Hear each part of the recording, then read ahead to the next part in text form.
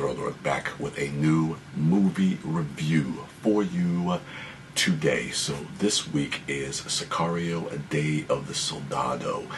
This is the sequel, I guess you could call this a sequel, to the 2015 film starring Josh Brolin, Benicio del Toro, and the original film had Emily Blunt, but she doesn't return back for this film. So let's first get this out the way.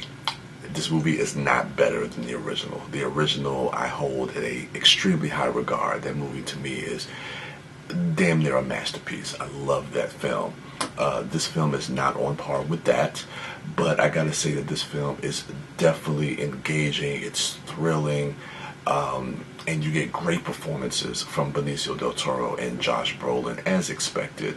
To talk about some of the points that I really enjoyed about this film, I gotta start with the opening. The opening really grabs you, especially once you learn what the plot of the story is, when you hear about terrorist attacks that are happening and how these terrorists are coming into America through the border with help by the cartels. That kind of kicks off our story with Benecio and Josh Brolin being tasked by the Secretary of Defense, played by Matthew Modine, to go ahead and pit these two drug cartels against each other. And when you see some of the terrorist attacks that happen in the beginning of this film, it is frightening, absolutely frightening. And the way that it's shot and portrayed, it grabs you, and it really does get you into the story. So that kind of kicks the story off and gets the story moving along. To really kind of go into some of the performances, I mean, we get top tier performances both by Benicio and Josh Brolin. They pretty much just carry over what they left off with in the first Sicario, and they are magnificent to watch on screen.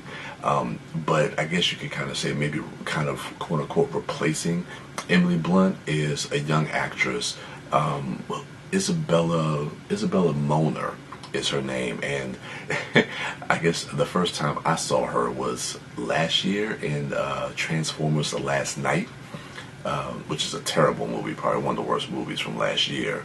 But she definitely stood out in the small screen time she had in that role. But she definitely stood out in that film, and this film she definitely gets time to shine, and she holds her own. Especially with Benicio del Toro, who she spends most of her screen time with. Another thing I liked in the first film was you would have this side story that would kind of go parallel with the main story, and you would see how they would kind of meet head on, and how those two stories would connect. They do that again in this film. And for a moment, I didn't really know where a lot of this was leading to and where it was headed. And when you kind of see this side story that you see in this film with this kind of teenage kid that's kind of being groomed and working in the cartel. Well, not necessarily working. Well, he is working for the cartels, but he is basically working as a transport to get immigrants over the border.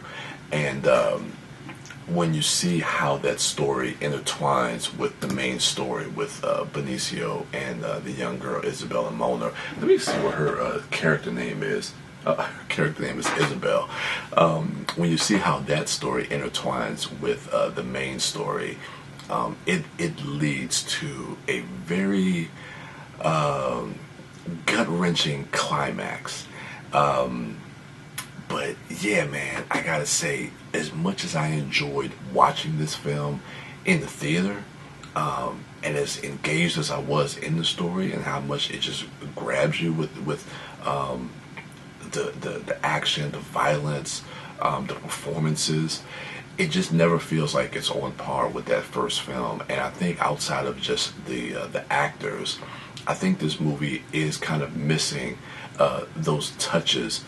But I don't know, it's just something just feels like that the director, I think Stefano Sollima, he does a great job with the material, but it just never feels like it almost feels like he's just chasing what Villeneuve and Roger Deakins have established in that first film. But I mean, all in all, I mean, it's not a bad film, but of course, with a movie that is a sequel or that's a companion to another film that was better, we're always going to compare it to that film. And like I said in the beginning, this film definitely doesn't hold a candle to the first film, but still, I think is a solid film. That if you are a fan of the first film, you definitely want to check this out. Last thing I want to say is it's ironic how topical this movie is. It's just funny to me how a lot of times when these movies are made, I mean, these movies, I think they're never really made with an agenda, or at least with the idea of maybe what's happening in the world specifically at the time today. You know, movies are kind of made in a vacuum. But even with that being said, that's the power of film and how it can just really speak to what's going on in the world today. So when you're talking about immigrants and you're seeing what's going on in the news with the border and families being torn apart, and you look at a movie like this, it's very, very topical. So I found that to be interesting to see that as well in this film. But yeah, let me know what you thought of the movie for Sicario, Day of the Soldado. If you enjoyed it, if you liked it, if you thought it was better than the first one, or if you think it's on par with the first one, definitely let me know what you thought if you've seen the film. And as always, go ahead and check out my other dorks at MouthDork, at the Disco Dork, and at Sidewalk Siren. And as for me, I am the Turtle Dork, and with that, I'm out.